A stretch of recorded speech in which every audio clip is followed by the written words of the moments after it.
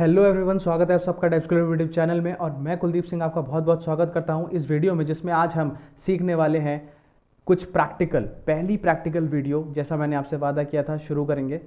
तो इसमें प्रैक्टिकल में मेरा चेहरा दिखाने का क्या काम, मुझे तो सीधे लैपटॉप पे आना चाहिए, लेकिन मुझे लगता है इस जो ऐप हम बनाने वाले हैं उसकी थोड़ी हिस्ट्री जान लेते हैं, वो पिक्चर को थोड़ा इंटरेस्टिंग बना देगी। तो है क्या कि हम जिस ऐप को बनाने वाले हैं उसका नाम है आई एम रिच ऐप। अब आई एम रिच ऐप का क्या गणित है, हुआ ये जब iOS जब पहले आया तो तब लोगों को ज़्यादा ऐप्स वगैरह की नॉलेज नहीं थी, लोगों को कुछ पता नहीं था, बहुत ही बेसिक इनिशियल स्टेज था। तो किसी एक iOS डेवलपर ने बहुत चालाकी से एक बिल्कुल सिंपल सी ऐप बना दी, जिसमें कुछ नहीं था, केवल एक डायमंड का फोटो था। उसने ऐप स्टोर पर डाल दिया उसको पेड ऐप बना के, और उसकी जो अमाउंट थी वो मैक्सिमम अमाउंट थी जो कि ऐप स्टोर पे उस समय तक हो सकती थी, शायद $99 ऐसा कुछ था। अब बहुत से लोगों ने वो खरीद भी ली थी, जी हाँ, बहुत से लोगों ने खरीद ली थी। यही ताज्जुब की बात है, जब तक ऐप स्टोर वालों को पता चला कि हाँ ये कुछ ग्लिच हो रहा है, इस ऐप को यहाँ से हटाना चाहिए, बेकार चीज़ है, तब तक 7-8 लोगों ने शायद वो खरीद ली थी। और जहाँ तक सुनने में तो ये आया था कि उनके बच्चों ने किसी तरह खरीद ली थी, और उसके डिस्क्रिप्शन में उसने ये लिखा था कि ये ऐप आपको बताएगी कि फ्लॉन्ट कैसे करें या फिर कैसे रहें, अगर आप अमीर हैं तो अपनी अमीरी कैसे दिखाई जाए। तो ये इसके ऊपर था, जो कि सबसे बड़ा डिज़ास्टर ऐप था। हालांकि शुरुआती टाइम में हर किसी इंडस्ट्री में ऐसा होता है, तो हम उसी के ऊपर चर्चा करेंगे, क्योंकि वो सबसे इनिशियल ऐप है। तो सीखने के लिए उससे अच्छा कुछ है नहीं, क्योंकि वो कहीं ना कभी एक लाइफ प्रोजेक्ट रहा था, तो वो अच्छा ही है, कहीं ना कुछ हम सीखेंगे। तो सबसे पहली ऐप जिसका काम आज हम शुरू करने वाले हैं एकदम स्क्रैच से, वो है आई एम रिच ऐप। तो लेट्स बिगिन। मैंने एक ऑलरेडी फोल्डर बना रखा हूँ, फ्लटर फॉर यूट्यूब। इस पे जाऊंगा और यहाँ CMD में जाके मैं टाइप करूंगा फ्लटर स्पेस क्रिएट स्पेस उस प्रोजेक्ट का नाम जो मैं बनाने जा रहा हूँ। अब मैं बनाने जा रहा हूँ आई एम रिच ऐप, तुम उसका नाम I_am_rich रखूंगा। अंडरस्कोर इसलिए क्योंकि यहाँ पर जब भी आप कोई नाम रखो अपनी ऐप का, तो ध्यान रखिएगा उसमें स्पेस या डैश नहीं लेगा, ये वो इसमें मना कर देता है। तो वो यहाँ पर होना ध्यान रखना पड़ता है कि हाँ हम ना रखें, और उसके लिए मैं यहाँ पर अंडरस्कोर यूज़ करता हूँ। नहीं तो चाहे तो आप सिंपल नेम सबको कैमल केस में लिख सकते हैं। केसेस के ऊपर भी मैं एक वीडियो बना दूंगा कि कैमल केस क्या होता है, कबाब केस क्या होता है, स्नेक केस क्या होता है। 3 तरह के केसेस होते हैं जिनमें हम अच्छे से लिखते हैं, टाइप करते हैं, या फिर अच्छा हमारा कोड प्रेजेंटेबल होता है उसमें। खैर, अभी मैं यहाँ आता हूँ। जैसे ही मैंने आई एम रिच किया और यहाँ पे जैसे ही एंटर प्रेस किया, देखिएगा ये अपने आप प्रोसेसिंग होने लगा और मेरे पास ऑटोमेटिक एक फोल्डर आ जाता है। लेकिन अभी ये बोल रहा है कि यार ये lang नहीं चलेगा, इसके लिए आपको इंटरनेट कनेक्शन चाहिए होगा। तो मैं अपने लैपटॉप को कनेक्ट कर लेता हूँ इंटरनेट से, और उसके बाद ये आराम से इंस्टॉल हो जाएगा, कोई परेशानी नहीं होगी। और देखिएगा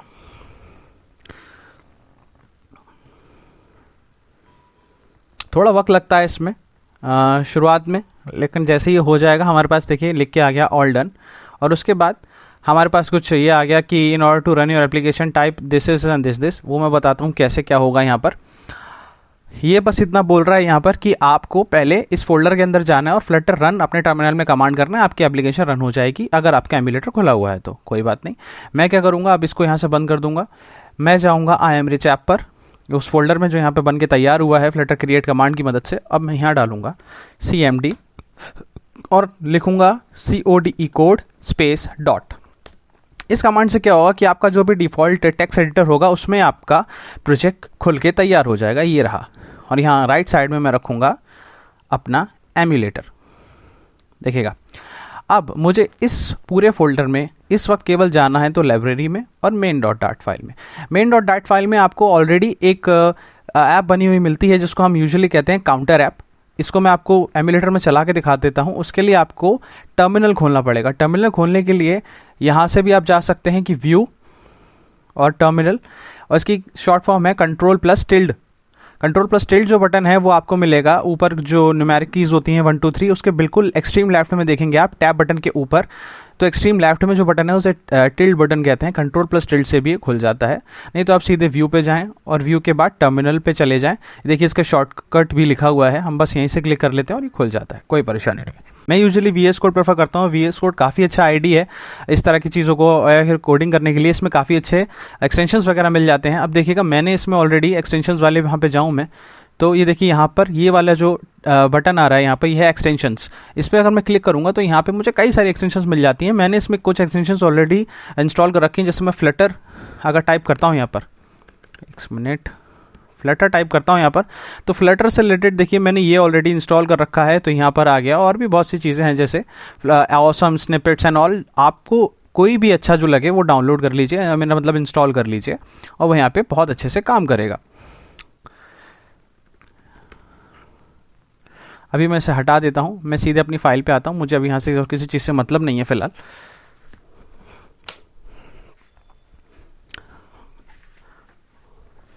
खैर, अब मैं इसको रन करने के लिए इस टर्मिनल में जाऊंगा और लिखूंगा फ्लटर रन और एंटर प्रेस कर दूंगा।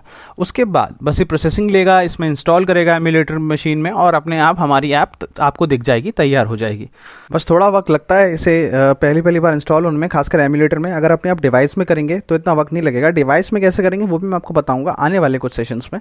लेकिन अभी के लिए, क्योंकि आप एकदम नौसिखिए हैं, नए हैं, तो आप जान लीजिए कि कैसे काम करना है यहाँ पर। अब देखिएगा हमारे पास हमारी काउंटर ऐप बनके तैयार हो चुकी है। इसमें हमारे पास एक ऐप बार है, उसके अंदर टाइटल है, यहाँ पर अंदर एक कॉलम के अंदर उसके अंदर सेंटर रखा गया है जिसमें आपको ये टेक्स्ट दिया हुआ है, और यहाँ पर उसका काउंट, ये काउंट किस चीज़ का, इस बटन का। जितनी बार भी मैं इसे दबाऊंगा वो काउंट इंक्रीज होता जाएगा। बस सिंपल सी ऐप है, कोई गणित नहीं लगी है इसमें, बहुत ही सिंपल, बहुत ही आसान, बिना किसी परेशानी के।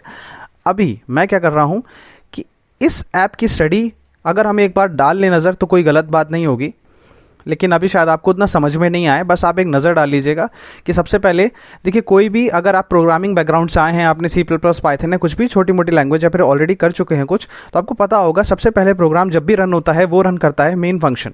ये रहा हमारा मेन फंक्शन। डार्ट भी बिल्कुल उसी तरह से काम करती है।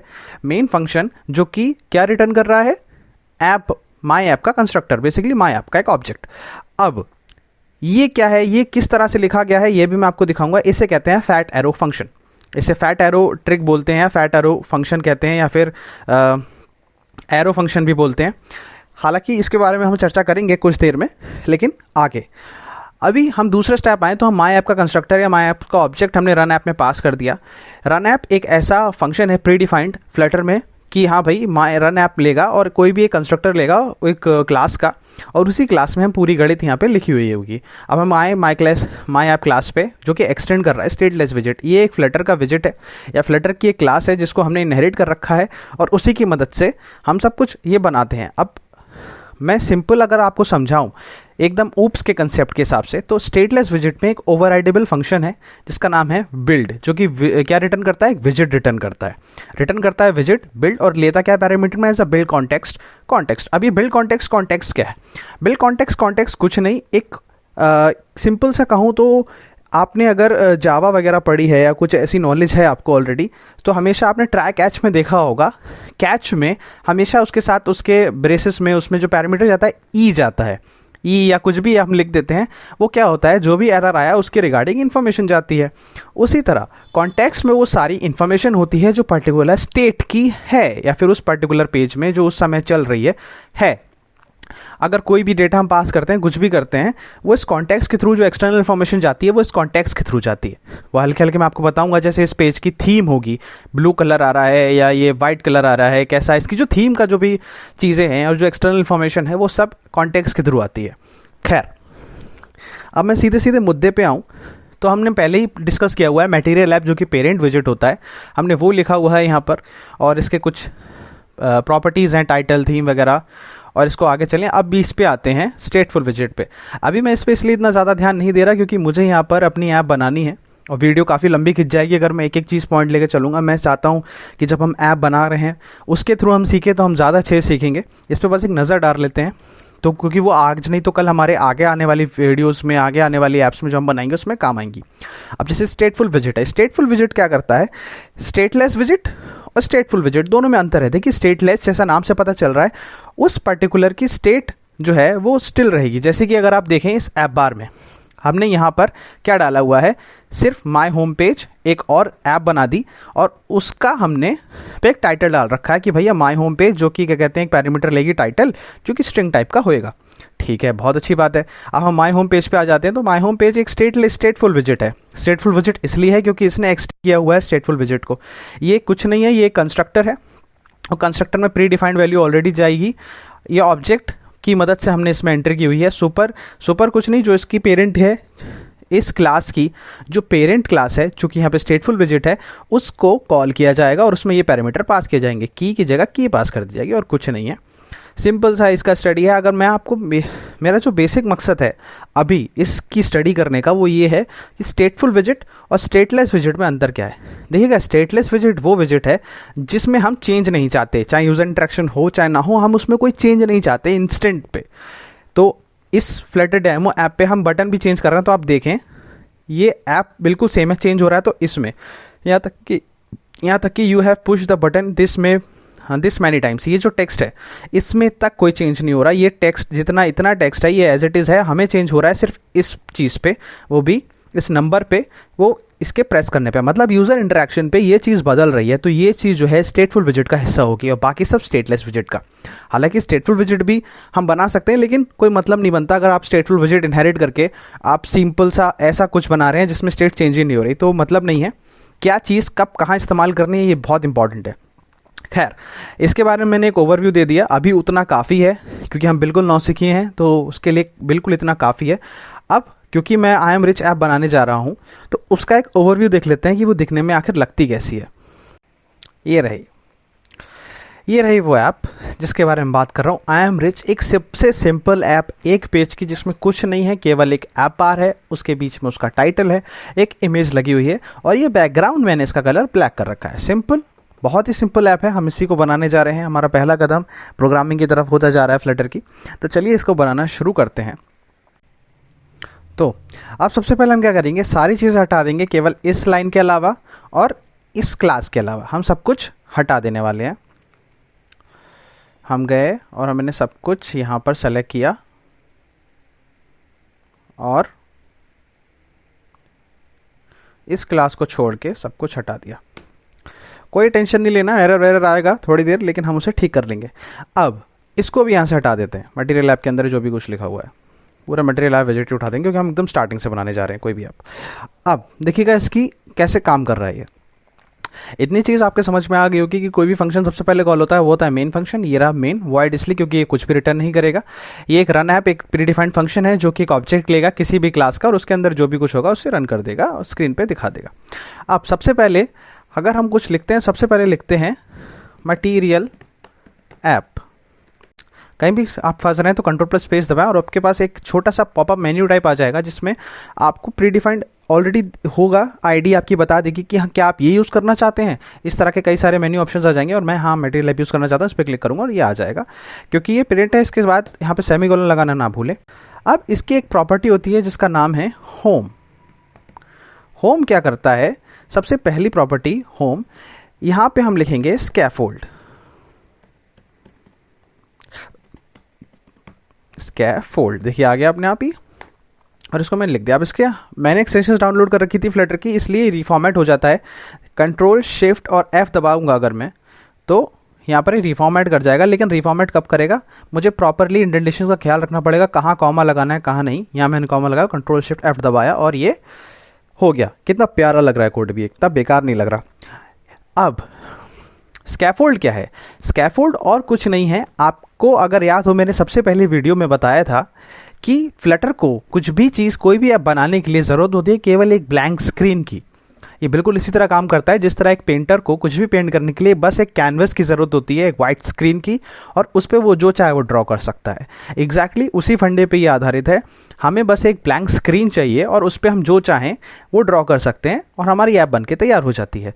तो वो जो ब्लैंक स्क्रीन है वो प्रोवाइड करता है स्कैफोल्ड। अब देखिएगा ऐसा मैं से हॉट रिलोड करता हूँ यहाँ पर तो हमें एक ब्लैंक स्क्रीन मिलेगी।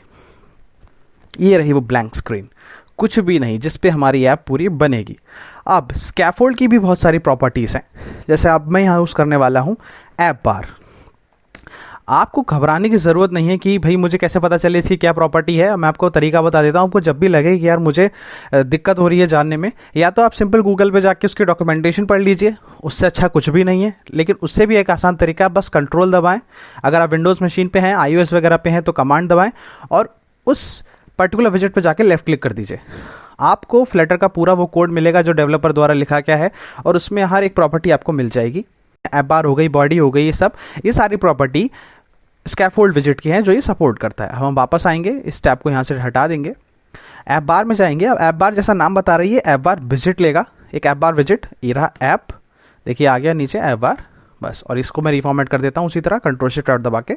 अब ऐप बार दबा दिया। अब देखें भैया से रिलोड करके क्या होता है, ये देखेगा एक ऐप बार ऑलरेडी पेंट हो गया। लेकिन ऐप बार का कलर मुझे अच्छा नहीं लग रहा, तो देखते हैं यार क्या कुछ कलर की प्रॉपर्टी है क्या ऐप बार की। इस पर भी कंट्रोल गया और लेफ्ट क्लिक किया और देखा यार इसमें कुछ होगा। बैकग्राउंड कलर, देखिए ये मिल गया। बैकग्राउंड कलर हमारी एक प्रॉपर्टी है ऐप बार की। अब मैं आऊँगा इधर, चुपचाप से डालूंगा बैकग्राउंड कलर, और मैं कुछ भी कलर दे सकता हूँ।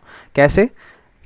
कलर्स क्लास का यूज़ करके। कलर्स एक क्लास है ऑलरेडी प्री डिफाइंड डार्ट में या फिर फ्लटर में, जो कि एक क्या करता है, उसमें सारे कलर्स को इसने स्टैटिक प्रॉपर्टी बना रखा है। अगर आप इसको डॉट दबाएंगे यहाँ पर, उसके बाद देखिएगा ये सारे वो कलर्स दिखा देगा जिसमें हैं।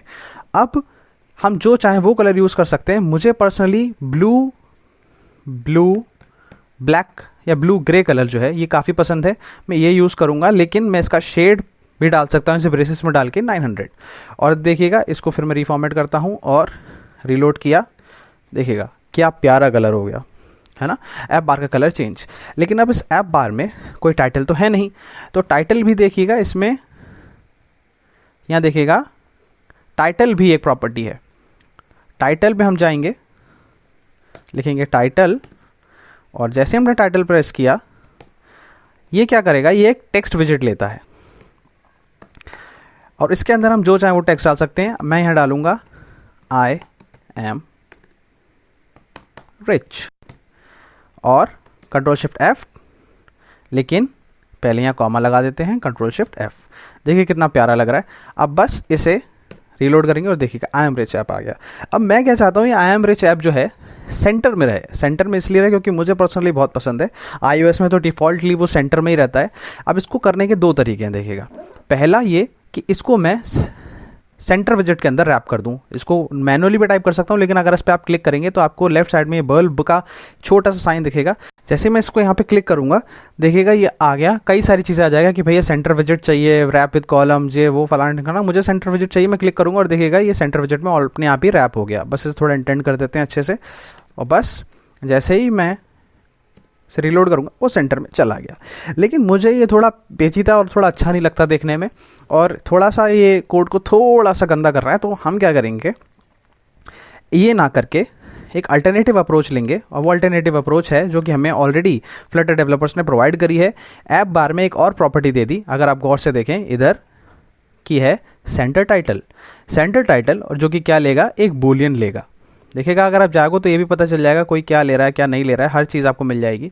देखिएगा आप नीचे जाओगे, आपको सेंटर टाइटल की इन्फॉर्मेशन होगी यहाँ पर, icon theme, action theme, text theme, primary, centre title. देखिए ये बूल रिटर्न कर रहा है और ये फाइनल है, ठीक है। अब मैं यहाँ गया, यहाँ लिखा मैंने सेंटर टाइटल बूल, यानी कि ट्रू और फॉल्स। मैंने लिख दिया भैया ट्रू, क्योंकि ये डिफ़ॉल्ट तो फॉल्स होता है। ट्रू किया, रिफॉर्मेट किया, देखिएगा वही चीज़ आ गई। और कितना प्यारा कोड है, बिना किसी दिक्कत के, कोई कचरा नहीं हुआ कोड का मेरे, सिंपल, कोई परेशानी नहीं। इतनी चीज़ हमारी बन गई। अब हमें चाहिए इमेज।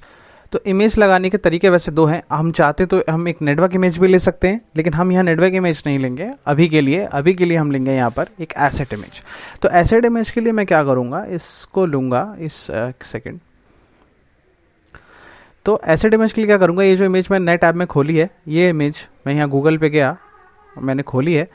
तो इस इमेज को मैं सेव इमेज एज कर लूँगा और कहीं भी किसी भी नाम से सेव कर लूँगा। मैंने इसे डायमंड नाम से ऑलरेडी सेव कर रखा है डेस्कटॉप पे, इसलिए उसे मैं छेड़छाड़ नहीं करना चाहता, मैंने नहीं किया है सेव। ये रही इस इमेज। और अब इसको मैं कॉपी करूँगा उस फोल्डर में जिस फोल्डर में मैं काम कर रहा हूँ। आई एम रिच ऐप, यही वाली में मैं काम कर रहा हूँ। यहाँ पर एक नया मैं फोल्डर बनाऊँगा जिसका नाम है एसेट्स। ASSETS एसेट्स, और इसके अंदर मैं अपनी उस फाइल को सेव कर दूंगा। सिंपल, कोई परेशानी नहीं है।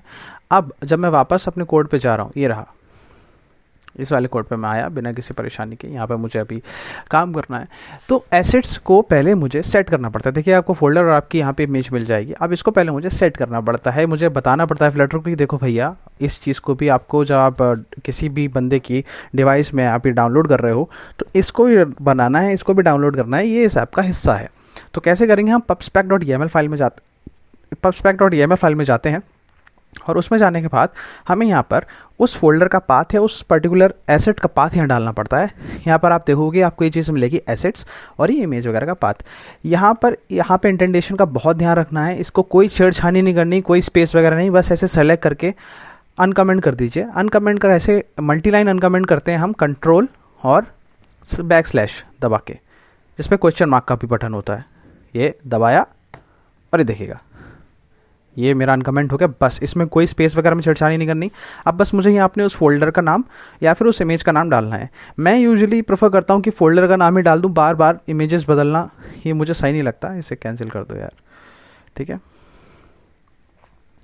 ये किया मैंने, और यहाँ बस मेरे फोल्डर का नाम है एसेट्स, ASSETS एसेट्स, और ये बैकस्लैश। अब देखिएगा वो क्या करेगा, जैसे ही मैं इसमें नाम डालूंगा pubspec.yaml फाइल इस पूरे फोल्डर में देखेगी कि एसेट्स नाम का कोई फोल्डर है, उसे जैसे ही मिल गया वो शांत हो जाएगा, कोई एरर वगैरह कोई भी लाइन वगैरह नहीं दिखाएगा, ठीक है। और जैसे ही हो गया इसे हम बंद कर देंगे, हमारा काम हो गया, हमें कुछ और करना नहीं है। अब यहाँ पर मुझे अपनी इमेज लानी है इधर। अब क्योंकि मुझे अपनी इधर इमेज लानी है तो मैं क्या करूँगा, इसको एक कॉलम में रैप करूँगा। कॉलम के कई सारे वो होते हैं। कॉलम विजिट का सबसे बेहतरीन पार्ट है वो ये है कि एक कई सारे चिल्ड्रन इसके हो सकते हैं। मतलब नॉर्मली अगर आप विजिट्स देखें तो उनमें सिर्फ एक ही चाइल्ड होता है। जैसे सेंटर विजिट है, तो मैं यहाँ देखता हूँ, जैसे कि आप देखो यहाँ सेंटर विजिट लेते हैं अभी, तो सेंटर विजिट में अगर मैं कंट्रोल दबा के लेफ्ट क्लिक करके जाऊँ इस पर, तो आपको मिलेगा, देखिए एक ही विजिट लेगा, सिर्फ एक ही चाइल्ड, और बाकी चीज़ें हैं लेकिन ये विजिट कोई एक्स्ट्रा लेता है तो केवल एक ही लेता है, केवल एक ही चाइल्ड लेगा। लेकिन कॉलम के साथ ऐसा नहीं है, कॉलम चिल्ड्रन लेता है। देखिएगा कॉलम, और मैं इसमें डालता हूँ चिल्ड्रन, देखिएगा चिल्ड्रन क्या है, बेसिकली विजिट्स का एक एरे है। तो उसी में जैसे फॉर्मेट में आप डालते जाओगे, जो सबसे पहले होगा पहले दिखेगा, दूसरा होगा दूसरा दिखेगा, इंडेक्स वाइज दिखता रहेगा। लेकिन हालांकि फिलहाल मुझे एक दिखानी है, सिर्फ इमेज यहाँ पे, तो एक ही लगाएंगे। वो बस कॉलम मैंने इसलिए रख लिया क्योंकि कॉलम यहाँ से शुरू हो जाएगा और यहाँ से इमेज हमारी आना शुरू हो जाएगी।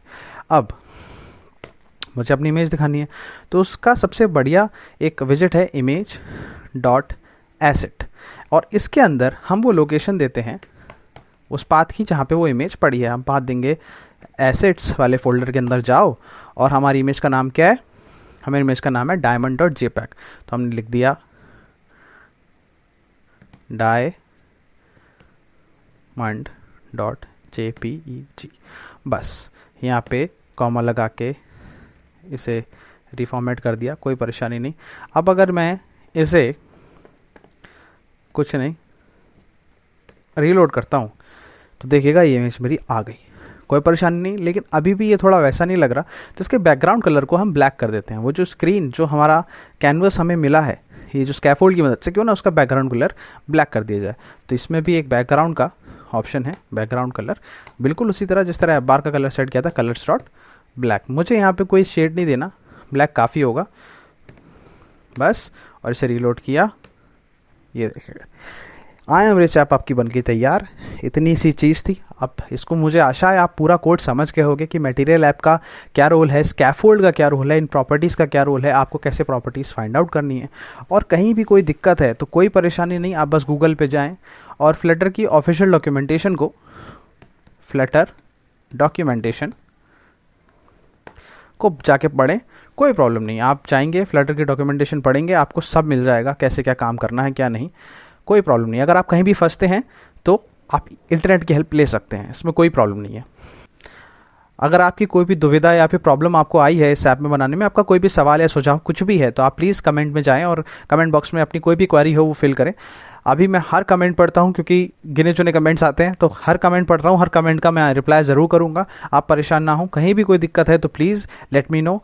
अगर आपको इस तरह की वीडियो और चाहिए, आपको अच्छा लग रहा है, आपको ऐप मेकिंग सीखनी है, सब जानना है, तो हल्के हल्के आगे बढ़ रहे हैं दिन ब दिन, प्लीज़ चैनल को सब्सक्राइब करिएगा, लाइक करिएगा वीडियो को और अपने दोस्तों में शेयर करिएगा जो एक्चुअली में ऐप मेकिंग सीखना चाहते हैं।